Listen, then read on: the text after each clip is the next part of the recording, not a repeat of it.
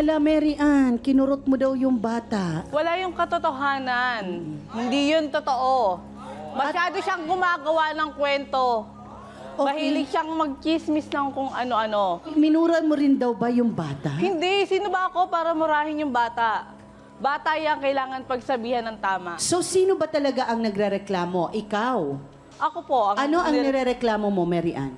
Sinugod niya ako na dahil lang sa sumbong ng apo niya, na wala namang katotohanan na kesyo kinurot ko raw po, sinaktan, minura, kahit pinagsabihan ko lang. Pati yung mga pangchichismis, yung mga paninirampuri na ginagawa niya sa aming barangay tungkol sa akin. Nagbaranggayan na ba kayo? Humaabot na rin po kami sa puntong ganun, ma'am. Okay.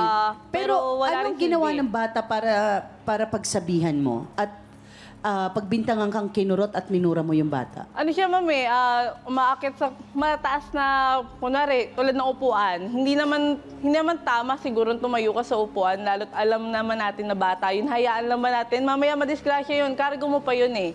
May pwede siyang malaglag, kung anong mangyari. So, ayoko na umabot sa ganon. Okay. So, ang sinasabi mo, itong bata na napagalitan mo or napagsabihan mo, nasa loob ng pamamahay Yes, mo. ma'am. Tumuntong doon sa upuan. Yes, ma'am. Kaya napagsabihan mo, pinauwi mo. Umuwi yung bata, nagsumbong sa lola na kinurot at pinagmumura mo daw siya. Yes, ma'am.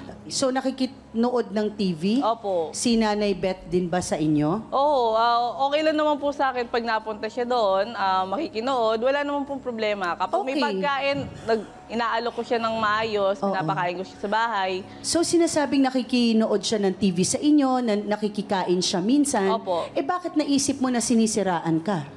Kasi yun din po yung nakakarating sa akin. Yun din po ang sinasabi ng mga kapitbahay ko sa akin na ganito yung mga sinasabi niya. Katulad Katulad ng mahilig daw kami mag-away ng asawa ko, lagi daw kaming nag-iingay at hindi nagpapatulog sa gabi.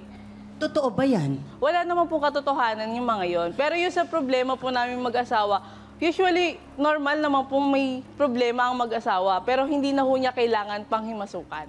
Okay.